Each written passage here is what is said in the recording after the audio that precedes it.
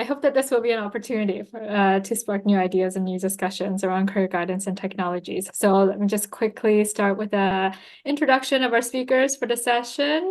We have Deirdre Hughes from the University of Warwick Institute for Employment Research and co-founder of the Career Chat UK Limited. And in our previous sessions, you would have heard about CC. That's Deirdre's work.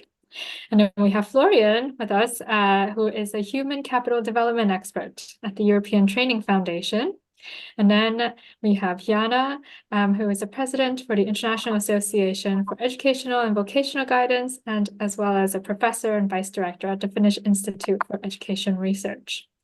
So if all goes well, we will start off the session. I'm going to ask our speakers to begin with a brief presentation on their work, any lessons they've learned that they'd like to share, reflections on this whole AI digital technology journey and the future of career guidance and practice. And then we will have Q&A following the presentations. So Deirdre, the floor is yours.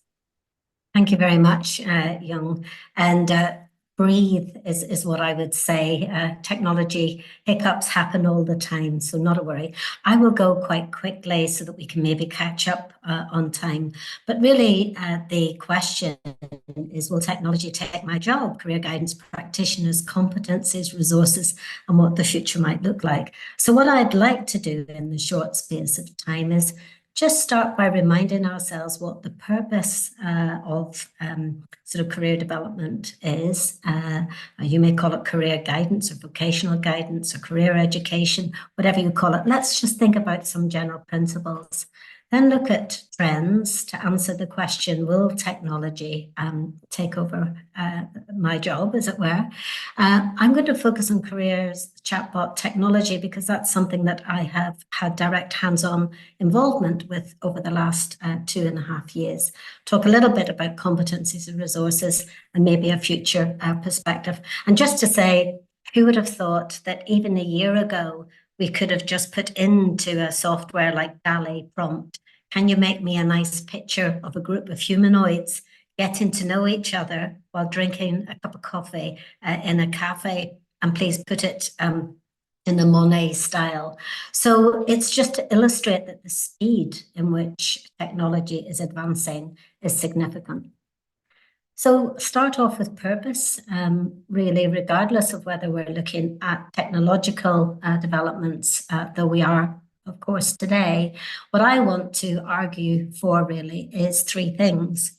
One is that when we're making decisions around the future and how we're using technology and whether it will impact on careers advisors, is 3 things. Livelihoods matter. So career guidance practice is about supporting individuals to reach their full potential, increase their well-being, their income, prior learning, study and work satisfaction. Secondly, that places and spaces for personalized support are really, really essential as the world of work changes, and looking at levels of confidence, skills and competencies will be essential, not just for the clients that we serve, but for the practitioners within our sector. And also humans in the loop. So technological solutions will look and suit many people. It will look well and will suit many people. Gaming, chatbots, avatars. But we must be reminded, as has already been mentioned in the conference, that for some people, they will want some form of human contact. And in many areas, rural in particular, or areas where there are not broadband, sophisticated means, then actually humans are absolutely essential along with communities. So just to really say, when we think about careers, advisors and competencies, it's become appallingly obvious that our technology has exceeded our humanity, said Albert Einstein. And so what that means really is that we don't have much choice in terms of thinking about AI. If at any time in history, it's most important now that we begin to engage in this conversation about AI and the art of the possible. I had an article published for a conference earlier last year, and it was about transformation or extinction, the coming age of the robo-careers advisors.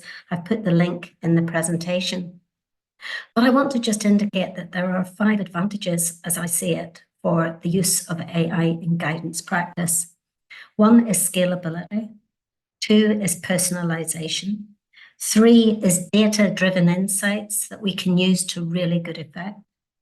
4 is that it can be a cost-effective way of reaching the masses. And most importantly, 5, that empowerment of the individual and empowerment of the careers practitioner is really, really important in this regard.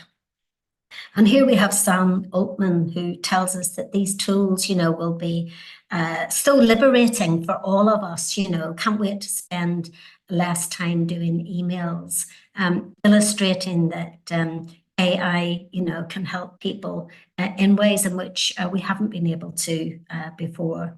And just to really share this comment, and just to say is that there's a lot of debate about whether this will be a force for good or not, whether we'll healthier lives as a result of it, whether we'll get smarter because we can actually use ChatGPT and other things. And I want to just illustrate to you, if you like, a couple of key findings from the research that I've been doing. ChatGPT 4.0 came out just last week. What it can do is amazing. I'm going to just show you one very brief example. Virtual augmented reality, gaming, chatbots, data-driven insights, and hybrid services, I think, are really important. And I have recently added to this the RAG approach, which is retrieval augmented generation, where we can actually use AI to good effect to answer career questions and queries. I'm happy to discuss that outside of today's presentation. Hi, I'm Deirdre Hughes from the UK. My specialist subject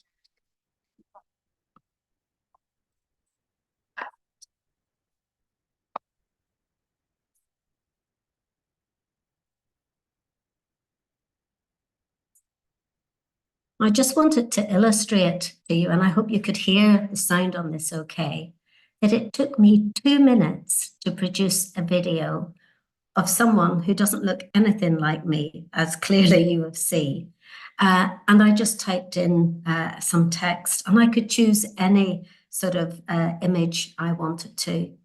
And I do think that when we come to answer the question about, will AI take my job, we are going to see lots of avatars, lots of different ways in which people will either sell or communicate their services. So I do think that we do need ethical codes of conduct, ethical practice, and I've put some links in the references at the end. I really just want to say that there are some what I call known risks with AI, and this is where I'm going to make the case that in answer to the question, maybe is the answer. So we know that for AI, for education and for work, we're on this trajectory where everybody's very excited about it or frightened about it. But there will be a trough of disillusionment. We will have a slope of enlightenment, and then there will be a plateau of productivity. But I think the known risks are job displacement, inaccuracy of content, deliberate, if you like, misinformation. And what we don't know is whether the extent to which it will erode human agency.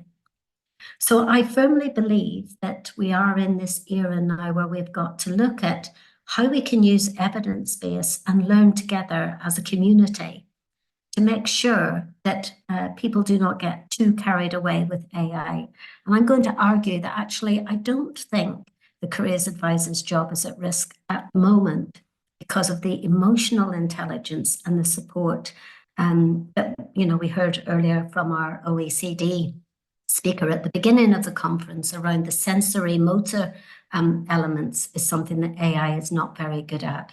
There's a report coming out shortly, and I'll be very happy to share that in early June, where we've looked at AI systems in 15 countries in the province of New Brunswick. So really, just to conclude, I just want to say that if you haven't heard of CC, this is a career chatbot technology where we've integrated ChatGPT into what's called a customized and curated chatbot. Because we're running out of time, I won't say too much, but I want to just finish really by saying that I do feel that in terms of the competencies of practitioners, that they will have to upskill at a rapid pace, keep up to date with what's happening. There are over 120 AI tools that have been identified by a colleague in Galway University, and it's mind-blowing. So I do think we have to find clever ways in which we can use the technology here, for example, careers information, advice, self-help, brief assisted, but that the technology will be able to give efficiency savings and time savings to the practitioner as they contract with their clients in individuals settings or in group settings. Data insights, we can actually look at what sort of jobs are people searching for and what time of the day. So I want to really just conclude by saying, if you want to answer this question using technology, have a look at Will AI Take My Job? There's a link there where you can do a fun little exercise. And in that fun little exercise, you'll find that the answer is, it will not take your job if you are a careers advisor or a sort of human advisor, because of the skills, the emotional intelligence that you possess.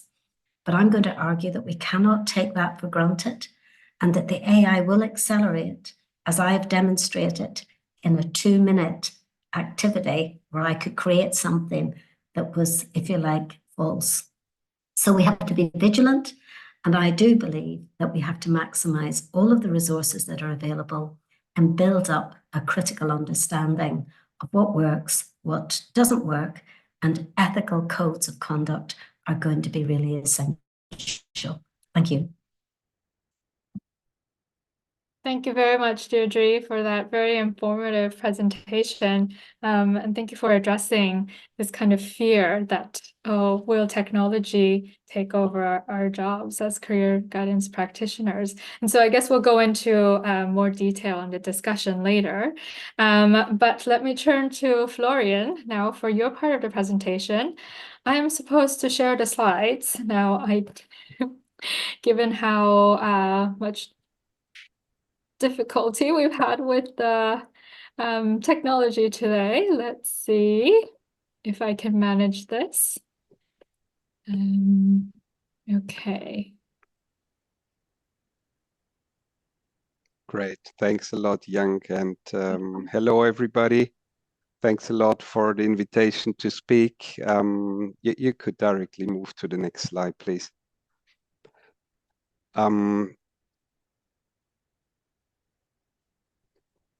Does it work?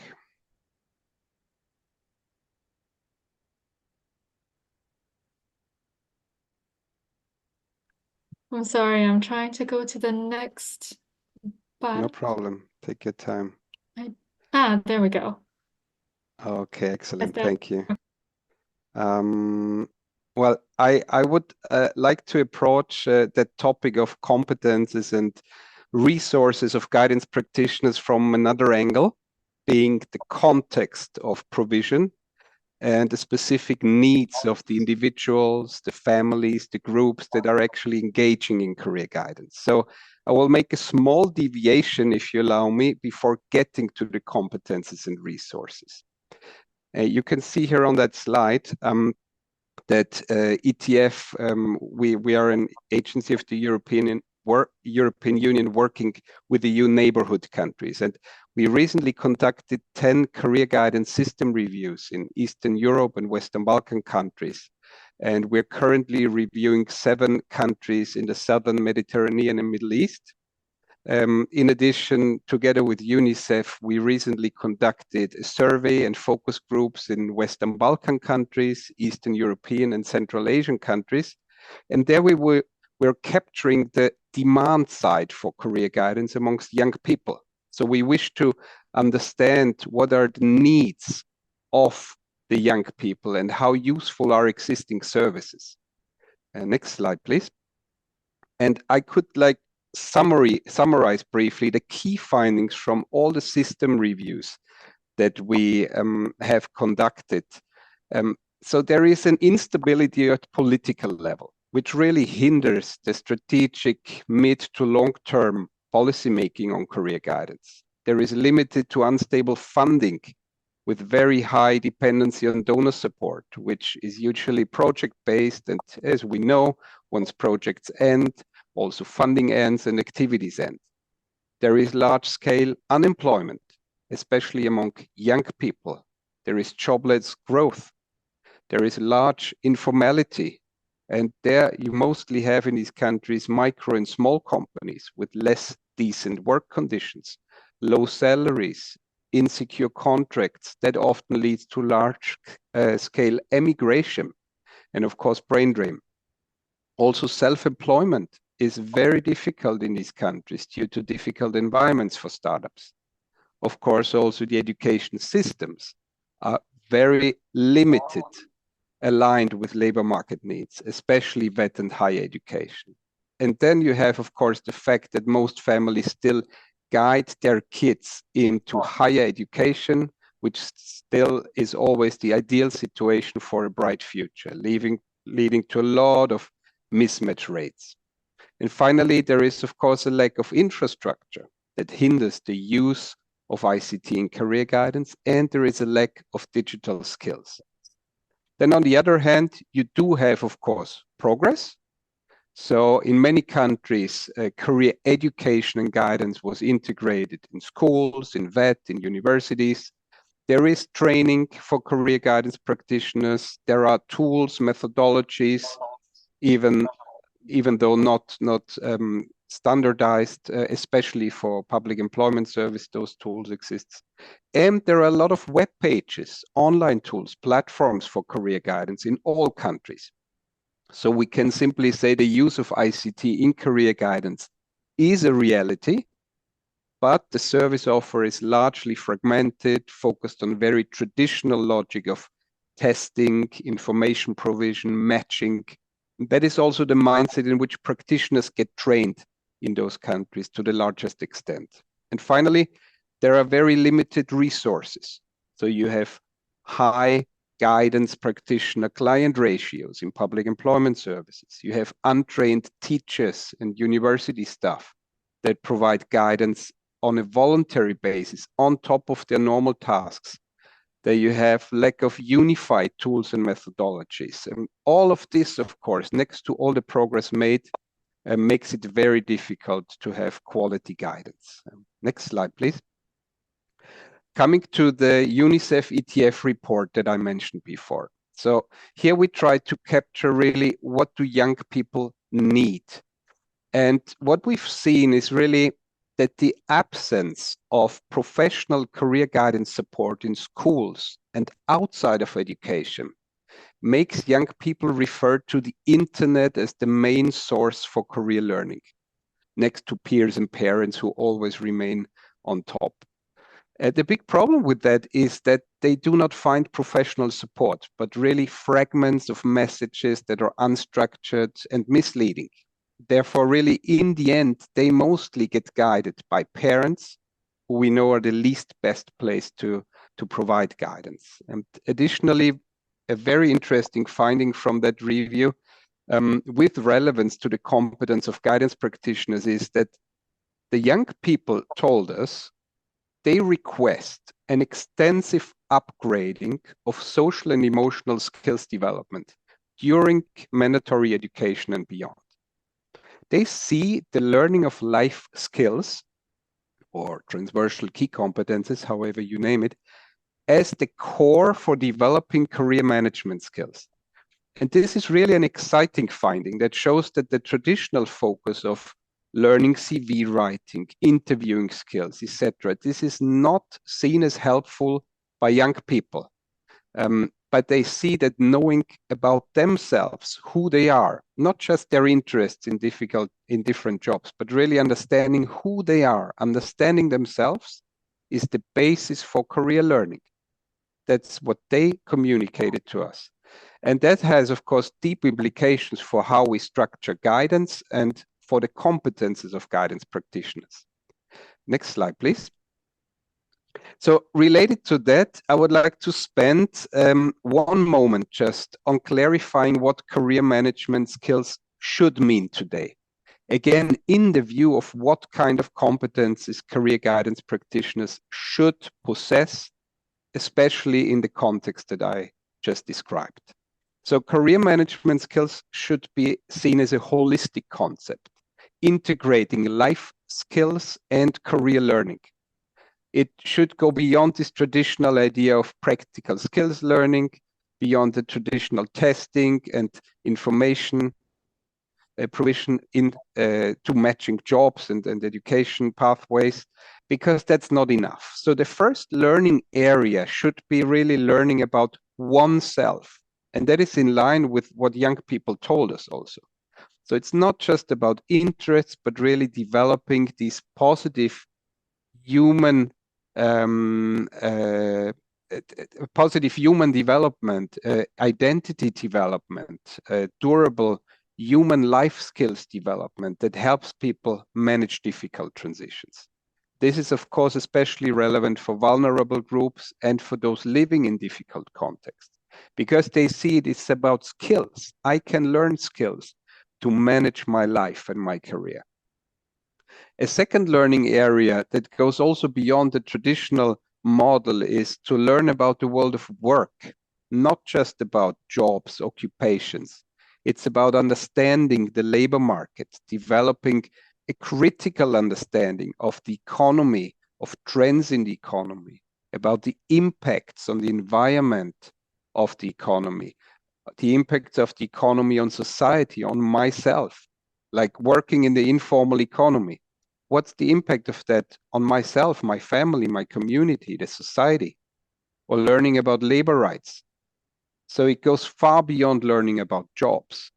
The third area of career management skills development is about supporting the creation of an understanding of the world of learning and education, making people really create an awareness of the need to engage in lifelong learning based on an understanding of the positive effects of learning for myself and others. Finally, of course, the whole practical skills area is important, but that was initially and traditionally the main focus, and that needs to be changed because it will not help people manage difficult transitions. So it's about empowerment to manage lifelong transitions. It's not about learning to take first transitions. Next slide, please. So now that I have given you that glimpse of the situation, the context in which career learning takes place, and also the type of career services required for that context, I would like to come to the topic of competencies and resources of guidance practitioners. And again, you have put, OECD has put the question wide. So what are the key competencies and resources that guidance practitioners would need to provide tailored insights and help students navigate complex career landscapes? I would like to start really from the beginning. So starting from guidance in primary and lower secondary education, I would say practitioners need to help individuals and their families to get exposed to the whole range of work life. For a simple reason, because that helps overcome gender-based, socioeconomically based limitations of aspirations. So this means they need to help them create real experiences, not just provide information, but real experience with work life to open that scope of aspirations. Then a second main role that I see for practitioners is to help young people and adults make sense out of what they collected in terms of information, insights, beliefs, aspirations. And they should do that based on their expertise on the labor market and expertise on the context-specific available opportunities. So that means they need to have competences to closely work with families of young people and adults to take the whole life situation into account. And doing so, they need to have the ability to cooperate with different experts providing related services. And most importantly, for me personally, practitioners need to move away from the traditional idea of testing, information provision, matching, and need to focus on helping especially young people in a preventive way, but also adults to develop those career management skills that I tried to define before. And that means in concrete terms that practitioners need to be able to create meaningful experiences for career learning, which goes beyond information provision. Then it means to have the ability to help learners reflect on those experiences, including self-reflection.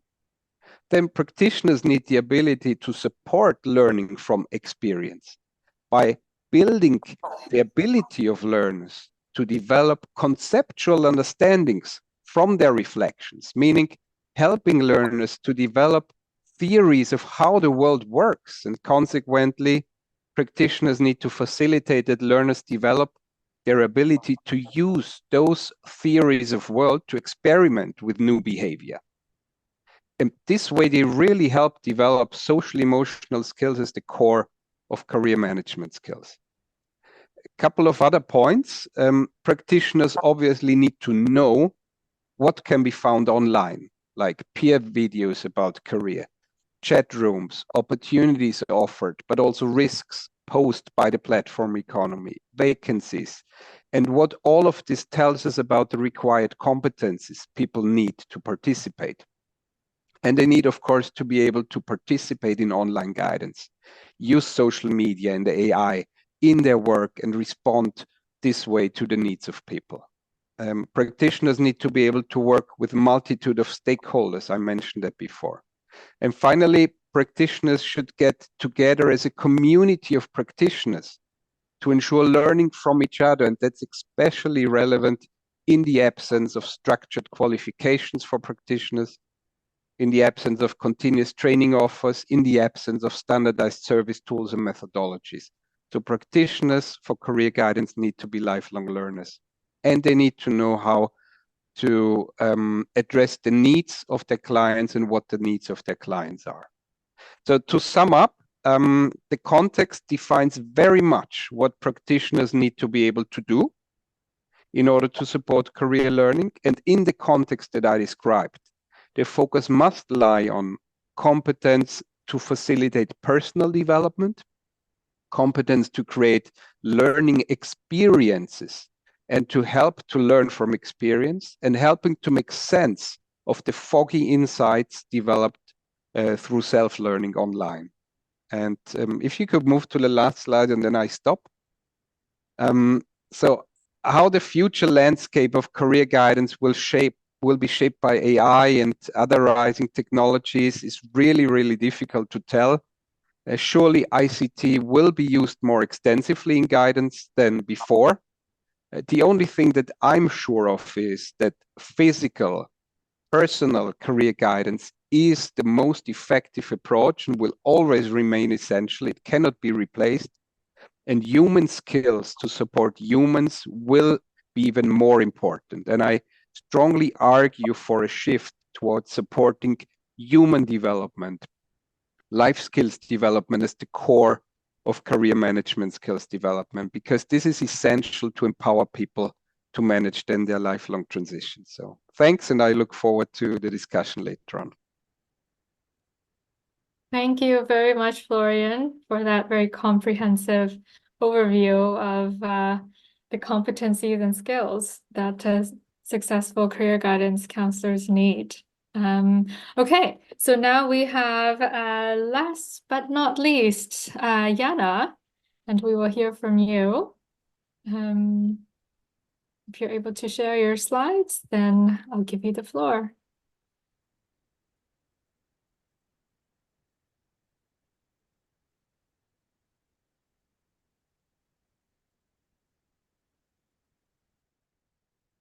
Yes, thank you. First of all, thank you very much for the invitation to join today, and colleagues for very nice presentations before me. So I will, on this short time, I will really focus on the practitioner's competencies. And at the end, also respond a bit. How does the future may look like?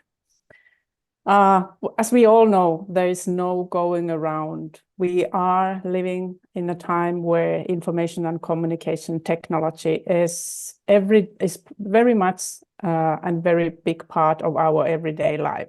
Whether it's to sharing information, whether it's to communicating, whether it's to collaborating, it is here. And what is sure, it is that it will continuously evolve. Many of us have already experienced quite many shifts regarding the technological landscape, but future will show and development will continue. What we all also know from research that has been done in relation to the use of information and communication technologies in past decades and also in recently, is that there are some things that has remained similarly. And one of them is how do we as a professionals, how we typically use digital technologies, information and communication technologies in lifelong guidance, in, as it was already said, whether you work in education, employment, and different age group peoples. And here is the one scheme which is built based on interviews with the practitioners. So generally, we can say that we have 5 different approaches. How do we use technology? There's a passive approach. That might mean that people who you work with or who you are serving, they do not have opportunity to access the technology, or the technology is not yet in there that it would bring an added value for them. Then we have the information approach. This is the most common. I will go into detail in a short while. Then we typically use it for communication, for collaboration, and for co-careering. Relating to this also, what are the skills that has been recognized that are important, or competencies for us as a professionals? I will shortly touch on that. So the most typical way how we as a professionals use technology is for information, but it's also the most typical way how individuals will use. They seek information in their questions, career-related questions, education-related questions. So it is the most typical. In a way, it's also the most limited way of using the technology. What do we need when we use the technologies for information? It is we need to have a good operational understanding about those technologies that we select and what we use, and also ways on using those technologies for such purposes. So if our main aim is to share information, then it's also important that we screen the technologies, what they are planned to do, what they are best to doing, and then select them based on the needs.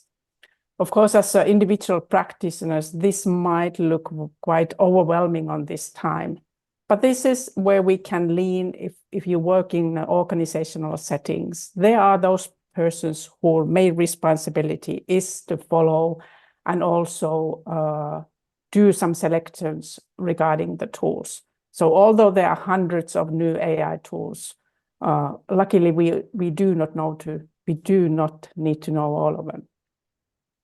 Media literature skills are highlighted. Professionals do say that there's so much information in so many different ways that it feels a bit challenging. So it's important that we as professionals have a good media literature skills. We are good on locating, evaluating the different kind of online content that is increasingly available, and also that we have skills and competencies to evaluate the different kind of tools and services in critical and active manner. So here, really the things that come in very much in front from the professionals are the accuracy and validity regarding the information, and this is also we will know that need for this competency and skills is very important in future. And it's not only what we as a professionals do. This is also increasingly important that we raise this media literature skills, the validity of the information, being critical about what you can find in different tools with the people and with the young who we are working with. So also educating as we work with especially young people, educating them to be critical, educating them to look the reliability of the different tools. Who is the one who has set the information out? What is this information based on? And of course, many of you might also be in a position where you are the one who is maintaining the information. You are the one who is creating the information. On today's visual world, it is also quite important that we are aware that different age groups use technology in a little bit different way. So visual social media has become very famous for certain age group, and they for sure follow messages that come in certain social media platforms, that visual media is the main media and text is a part of it. So we have someone's microphone on, so Chang, if you just close that. Thank you. So that is also a new set of skills for us to consider. How do we make the information out in such a way that it will reach the audience who you are aiming it to?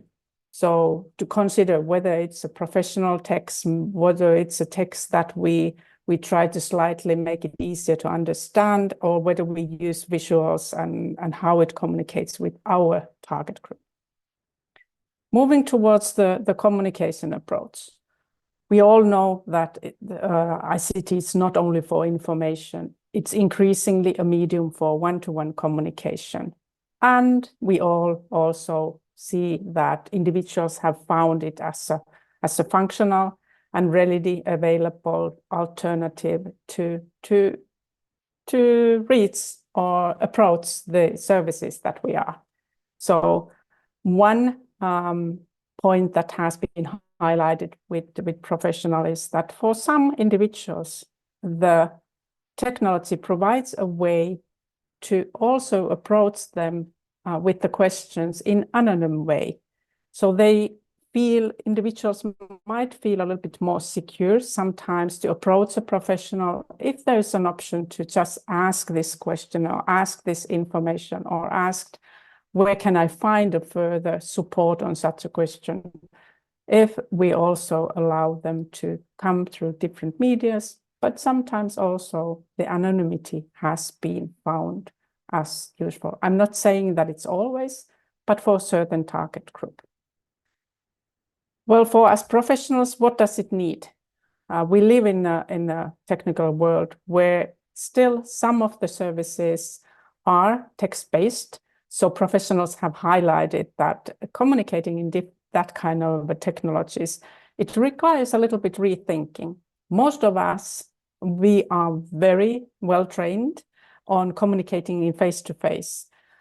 But when we try to move this communication to text-based environment, it requires a little bit rethinking. How do I put all these noddings or positive hummings or facial things in writing? This is something that we need to rethink a bit.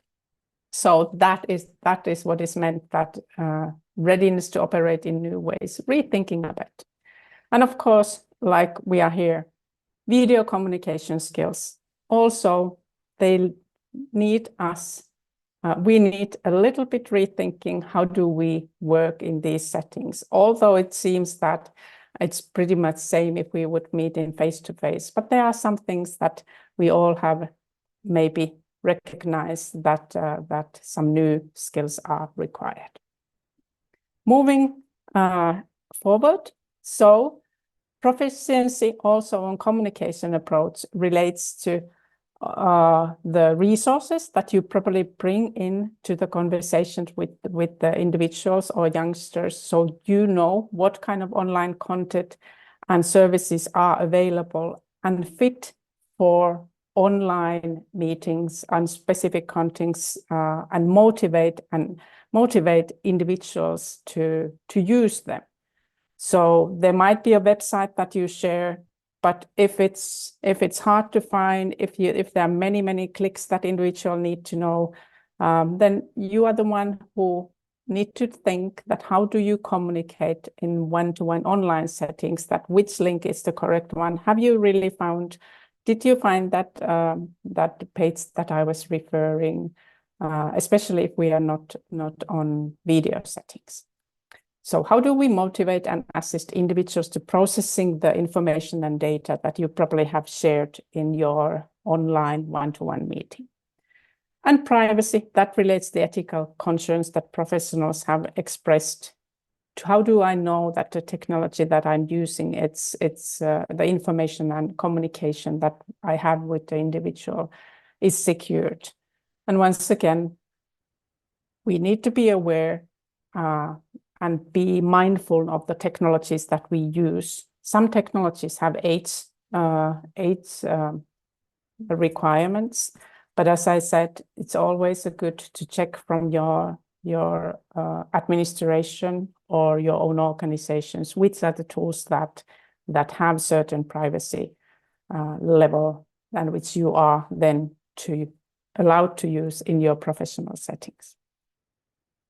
Moving forward, as we all know, one-to-one communication has different settings. They can take the asynchronous mode, so like emails, chat, which is real-time, video conferencing, video worlds, and then we have where the other side of the one-to-one communication actually is, it might be using AI, it's a technology who you are communicating with.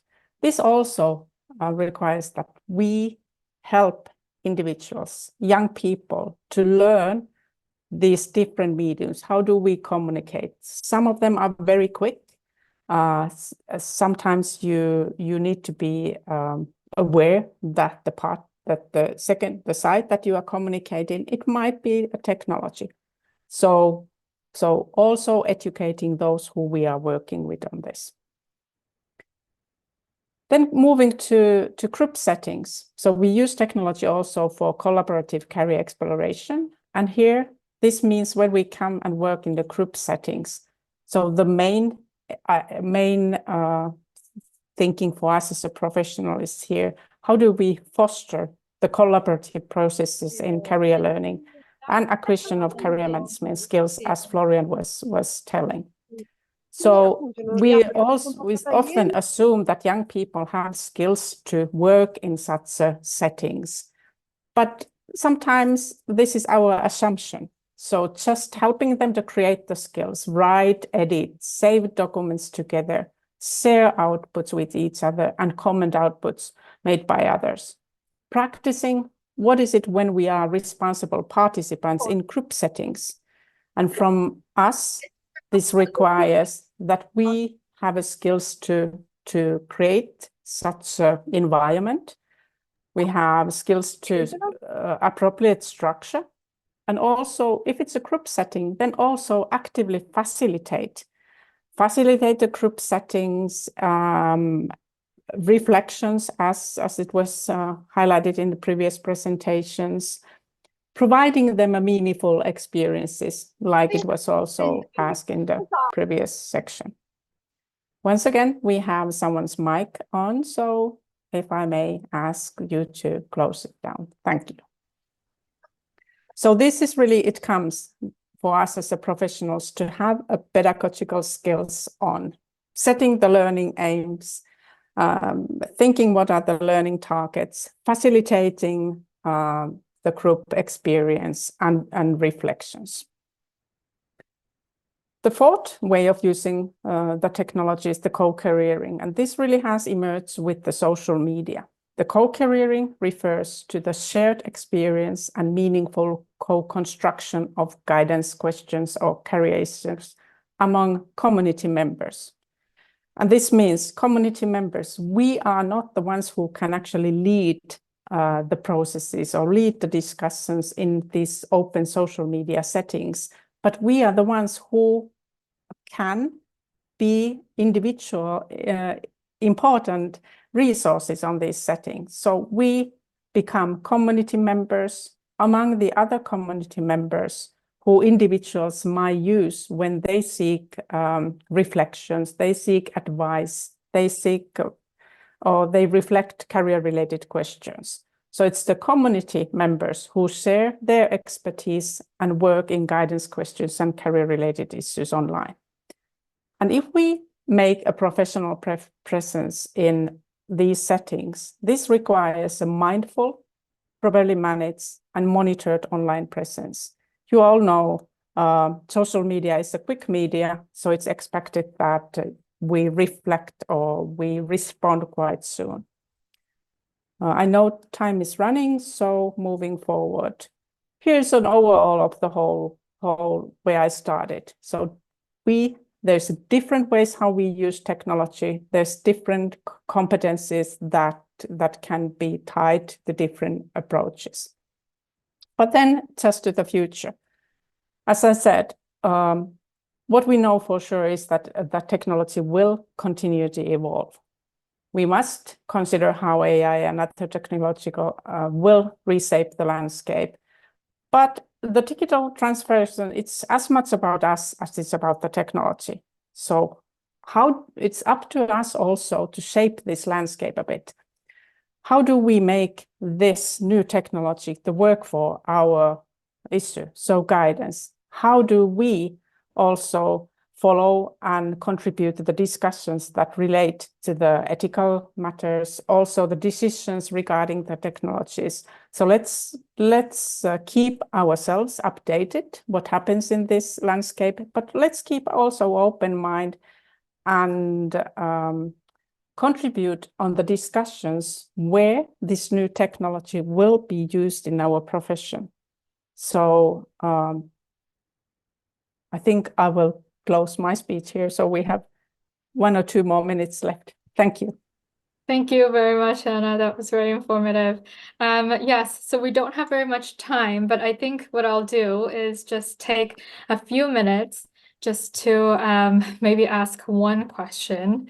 Maybe we can take a question from the audience and then we do a quick wrap up. So you all gave a very comprehensive, very well detailed and thought out outline of the different issues and challenges that we're seeing in the profession and technology. But I keep on hearing this kind of, at least in the teacher profession, we don't have enough teachers or teachers leave. And I kind of understand that it's similar when it comes to career guidance practitioners. And, you often hear there are 700 students per one guidance counselor. Can technology in some way support how we can provide guidance to our students? And if you have any kind of tips on how schools and teachers, maybe every teacher needs to be a guidance counselor in a way. So yeah, if you have any reflections on that and how technology can support that kind of work. Yeah, I can start just quickly. I think the ratio, technology as such won't solve the ratio. So it is as it is.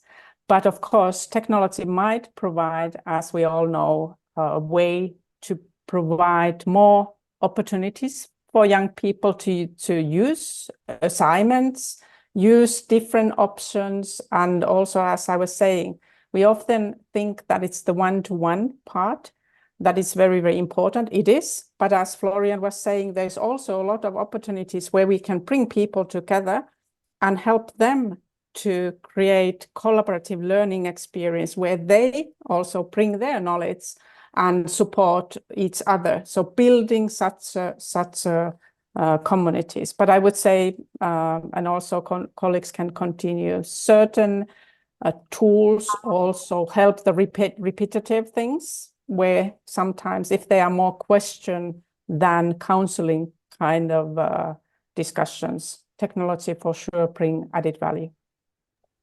Yeah, great.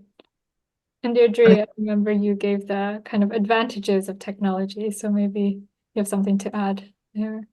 Yes, just to say that most teachers who came into the teaching profession didn't come in to be career guidance counsellors. They came in to teach on a particular subject.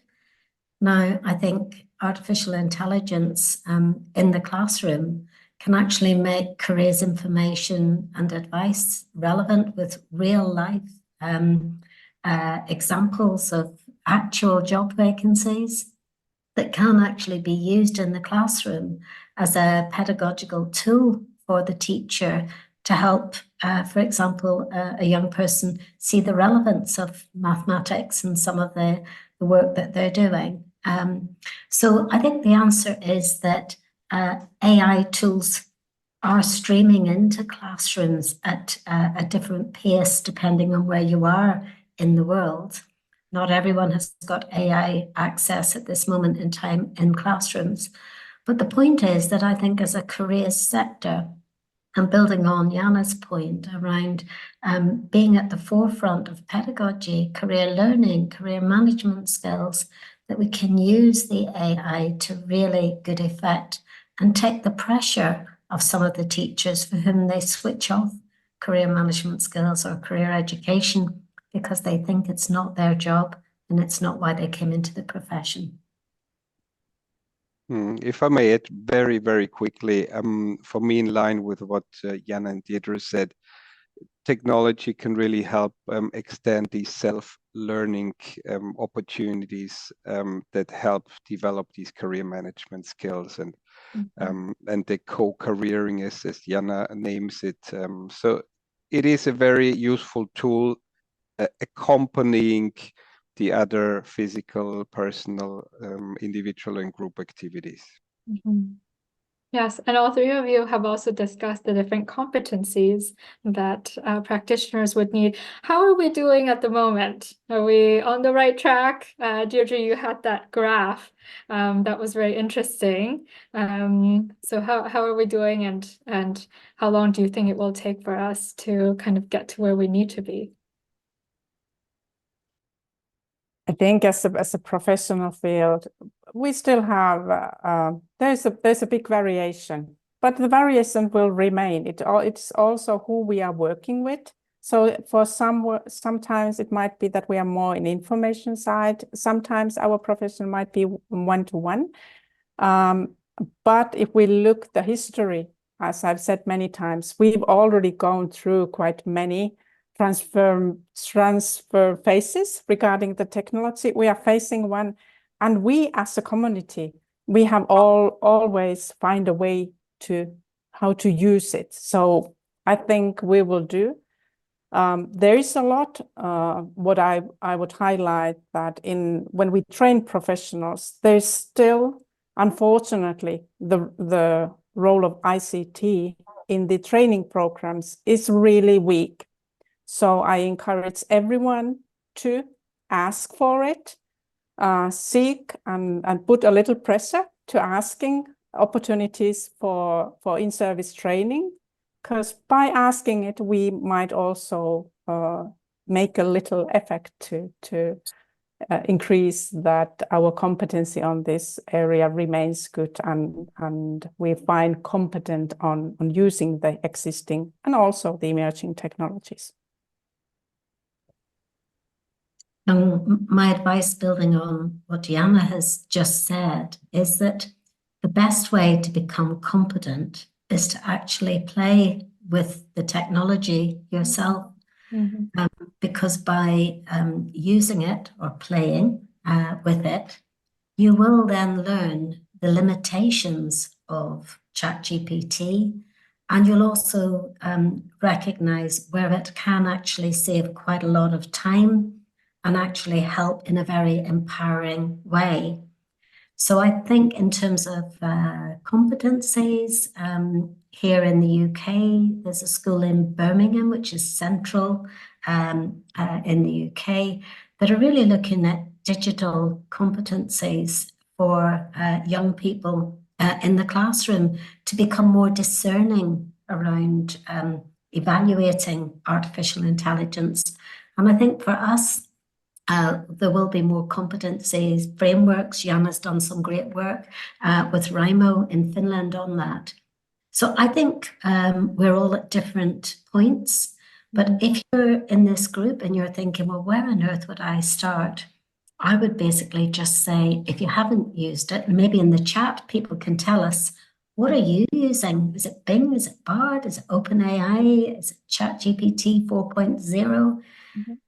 But the message is, if it's quite new to you, just play with it. And where you can get free CPD access, just make the most of that. Or if you have to pay a small amount, if you can afford it, fine. But, you know, just play with it and you will begin to see, for example, you know, people love ChatGPT and then they say, but there's no vacancies on it. Well, it won't because it's out of date information. It's only up to a certain period, which is why we need to combine, co-create this sort of curated approach of ChatGPT plus the expertise of the career guidance professionals. Yes, great. And I'm so sorry for rushing you here. I've been getting notifications that we need to go to our debate session. So I'm afraid I have to cut us off, but thank you so much. This has been a really fascinating conversation. And it's really, you know, not a closing of the conversation, but actually the start. So thank you to our speakers, Deirdre, Florian, and Jaana. We've learned a lot today and you've given us plenty to think about. And I will see you in the next session. Thank you.